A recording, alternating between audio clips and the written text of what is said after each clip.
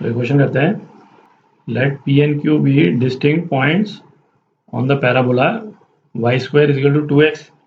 क्या दे रखा है अपने को, Y square is equal to 2x। तो y जो है वो क्या हो जाएगा, plus minus under root 2 under root x, ठीक। Such that a circle with P Q as diameter passes through the vertex o of the parabola. तो एक डायग्राम बनाते हैं। तो x और y है ना, इस वाले पैराबोला का शेप कैसा होता है ना, ये तो अपन डिस्कस कर चुके हैं। पैराबोला का शेप जो है वो कुछ इस टाइप का होता है, ठीक। अच्छा, और पैराबोला का वर्टेक्स क्या हुआ, पैराबोला का वर्टेक्स ये हुआ है। जो पैराबोला का जो एंड पॉइंट होता है ना, उसी को वर्टेक्स बोलते हैं। कोनिक सेक्शन में और डिटेल में देखेंगे अपन। तो पैराबोला का वर्टेक्स जो है वो ओरिजिन पे ही है। अच्छा, पॉइंट पी और क्यू क्या है, सर्कल के डायमीटर के एंड पॉइंट्स है। और ये क्या दे रखा है अपने को, point P lies in the first quadrant. तो पॉइंट पी यदि फर्स्ट क्वाड्रेंट में है तो ये तो क्लियर ही है कि सर्कल यदि ओ से पास कर रहा है और पी क्यू जो है डायमीटर है, तो पॉइंट क्यू जो है वो फोर्थ क्वाड्रेंट में रहेगा, ठीक। तो पॉइंट क्यू को अपन इस तरह से बना लेते हैं ताकि है ना, पी ओ और पी क्यू जो है वो 90 डिग्रीज पे हो। एंगल ऑफ सेमी सर्कल जो है वो 90 डिग्री होना चाहिए। तो क्यू जो है वो यहाँ पे कहीं पे बना लेते हैं, है ना, क्यू यहाँ पे कहीं पे हो जाएगा। तो ये पी क्यू हो गया। तो यदि ये ओ पी है तो ओ पी और ओ क्यू के बीच में एंगल जो है वो क्या होगा, 90 डिग्री होगा, ठीक है। ये हमको मालूम है क्योंकि पी क्यू जो है वो सर्कल के डायमीटर के एंड पॉइंट्स हैं, ठीक।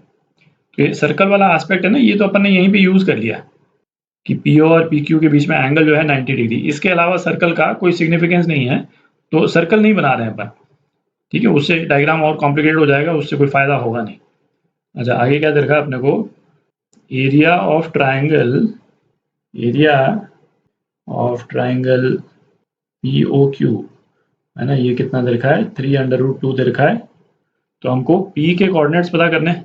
इस वाला पॉइंट, ये वाला पॉइंट जो है P, इसके कोऑर्डिनेट्स पता करने हैं। और एक से ज़्यादा ऑप्शंस भी हो सकते हैं। तो P के कोऑर्डिनेट्स यदि अपन x1 y1 ले लेते हैं, तो x1 y1 के बीच में क्या रिलेशन रहेगा, है ना, y1 square is equal to twice x1, है ना, ये रहेगा। तो इसका मतलब क्या हो गया कि x1 जो है वो y1 स्क्वायर बाई 2 है, ठीक। अपन रिवर्स करके भी ले सकते थे इसमें कि y1 जो है √2x1 हो जाता है, पर अपन अंडर रूट अवॉइड कर रहे हैं, ठीक है। मतलब यही पर्पज़ है बेसिकली, उससे कैलकुलेशन में दिक्कत हो जाती है। तो x1 y1 स्क्वायर बाई 2 अपन ने ले लिया। तो p के कोऑर्डिनेट्स जो है वो क्या हो गए, y1 स्क्वायर बाई 2 यहाँ लिख लेते हैं y1, ठीक। अच्छा, इसी तरह से q के कोऑर्डिनेट्स यदि हम x2 y2 ले लेते हैं, तो x2 y2 जो है वो क्या हो जाएगा, y2 स्क्वायर बाई 2 y2, है ना, ये हो जाएगा। अच्छा, एक रिलेशन अपने को क्या मालूम है, OP और OQ जो है उनके बीच में एंगल जो है 90 डिग्री है। इसका मतलब slope of OP into slope of OQ, है ना, इनका प्रोडक्ट जो है वो क्या होगा, -1, ठीक। अच्छा, स्लोप ऑफ OP ये क्या हो जाएगा, y upon x, basically y1 upon y1 square by 2, ठीक, इनटू स्लोप ऑफ OQ। अच्छा, इसमें ऐसा करते हैं अपन, ठीक, चूंकि हमको ये तो मालूम ही है कि Q जो है वो फोर्थ क्वाड्रेंट में है, ठीक। तो इसको अपन क्या लिख सकते हैं, इसको है ना, जैसे x2 माइनस y2 करके लिख सकते हैं, है ना, कोई फर्क तो पड़ता नहीं। y2 इटसेल्फ जो है वो पॉजिटिव है, y2 की टर्म पॉजिटिव है, ताकि -y2 जो है वो नेगेटिव हो जाएगा, ठीक है। तो Q के कोऑर्डिनेट जो है y2 स्क्वायर माइनस y2 ऐसे करके लिख सकते हैं अपन। y2 इटसेल्फ पॉजिटिव है, तो स्लोप ऑफ OQ है ना, ये क्या हो जाएगा, -y2 upon y2 square by 2। और ये किसके बराबर, ये -1 के बराबर। तो ये माइनस माइनस प्लस हो गया। तो इसको आप रीअरेंज कर लेंगे तो क्या आ जाता है, y1 y2 है ना 4 के बराबर आ जाता है ना, ये 2 और 2 जो है मल्टीप्लाई हो जाएंगे। तो इस वाले रिजल्ट को अपन नोट कर लेते हैं और थोड़ी जगह बना लेते हैं। सी, इसमें क्या आपको लग ही गया होगा कि इस वाले क्वेश्चन में अपने को हालांकि एरिया से रिलेटेड क्वेश्चन है, पर हमको कहीं पे भी डेफिनेट इंटीग्रल की ज़रूरत पड़ेगी नहीं, ठीक है। तो पॉइंट क्या है कि एरिया से रिलेटेड यदि कोई भी क्वेश्चन आए तो ज़रूरी नहीं है कि वहाँ पे डेफिनेट इंटीग्रल ही लगेगा, है ना। प्योर ज्योमेट्री से भी कई क्वेश्चंस के आंसर निकल जाते हैं। यहाँ पे जो है वो अपना आंसर प्योर ज्योमेट्री से ही निकल जाएगा। तो ये रिजल्ट अपन ने यहाँ नोट कर लिया। अच्छा, दूसरा अपने को क्या देखा है, area of triangle P O Q. तो ये किसके बराबर है, हाफ ऑफ बेस, है ना, O Q into P O into height, ठीक। अच्छा, जब ओ पी है ना, ओ पी क्या हो जाएगा, ये हो जाएगा अंडर रूट ऑफ, है ना, x one square plus y one square. तो ये क्या हो गया, x one square y one raise to power 4 upon 4 plus y one square, है ना, ये तो ओपी हो गया। और ओ क्यू, है ना, ओ क्यू क्या हो जाएगा, again under root x two square plus ये सेकेंड टर्म का स्क्वायर। तो ये क्या हो गया, y two to the power 4 upon 4 plus y two square. तो ओ पी ओ क्यू की वैल्यू जो है ना, इस वाली इक्वेशन में डाल देते हैं। ये वाली जो इक्वेशन है इसको स्क्वायर कर देते हैं ताकि O Q square P O square आ जाए अपने पास। तो ये क्या हो गया, O Q square into P O square, और ये किसके बराबर हो जाएगा, 9 इंटू 2 इंटू 4 मतलब 72, ठीक। तो अब अपन वैल्यूज डाल दें, है ना।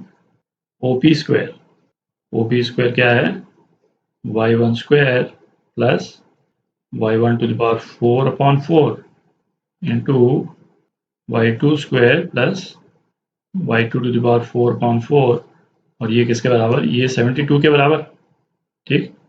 थोड़ी जगह कर लेते हैं, तो एक स्टेप जो है यहीं पे कर लेते हैं, है ना, अपनी थोड़ी जगह बच जाएगी। वाई वन स्क्वायर यदि हम कॉमन ले लें तो यहाँ पे क्या आ जाएगा 1, और ये आ जाएगा वाई वन स्क्वायर, ठीक। और यहाँ पे वाई टू स्क्वायर यदि हम कॉमन ले लें, कहाँ ले लें, यहाँ ले लें, वाई टू स्क्वायर हमने कॉमन ले लिया तो यहाँ पे क्या आ गया 1, और यहाँ पे क्या आ गया वाई टू स्क्वायर आ गया। तो इसको अपन क्या लिख सकते हैं, 1 plus y one square by 4 into 1 plus y two square by 4, और वाई टू स्क्वायर को क्या लिख सकते हैं अपन, 16 अपॉन वाई वन स्क्वायर। तो 16 अपॉन 4 वाई वन स्क्वायर, और y one square y two square, है ना, ये क्या 16 हो जाएगा, ठीक है। इसको दूसरी तरफ ले जाएं अपन तो 72 बाई 16, ठीक है। Y one square y two square, है ना, इसको स्क्वायर कर दिया तो 16 आ गया। इसको सिंप्लीफाई कर लें तो क्या आ जाता है, 9/2 आ जाता है। और यहाँ पे क्या आ जाएगा, यहाँ पे 4 आ जाएगा, ये 4 कैंसिल आउट हो जाएगा, है ना। जगह नहीं है इसीलिए मैंने यहीं पे कर रहे हैं अपन।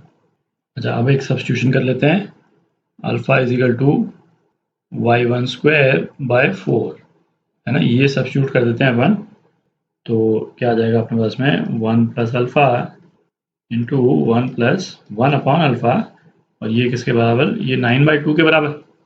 तो इसको आप सिंप्लीफाई कर लेंगे इस एक्सप्रेशन को, तो क्या आ जाता है आपके पास में, 2 alpha square minus 5 alpha plus 2 is equal to 0, है ना। इसको फैक्टराइज कर लीजिए तो क्या आएगा, 2 alpha minus 1 into alpha minus 2 is equal to 0, ठीक।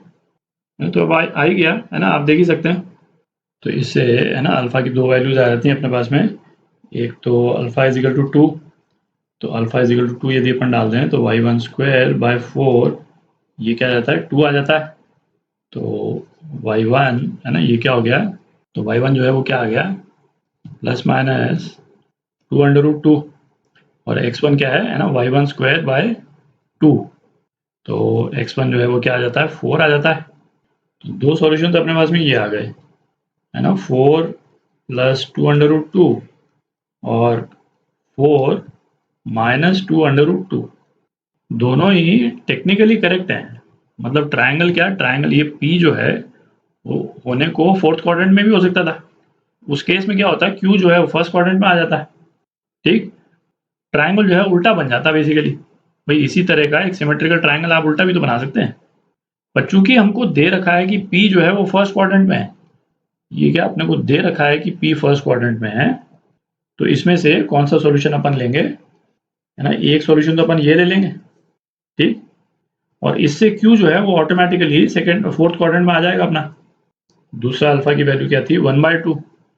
अच्छा इसी तरह से alpha is equal to half के लिए यदि आप सॉल्व कर लेंगे तो आपके पास में है ना दो कोऑर्डिनेट्स आ जाते हैं।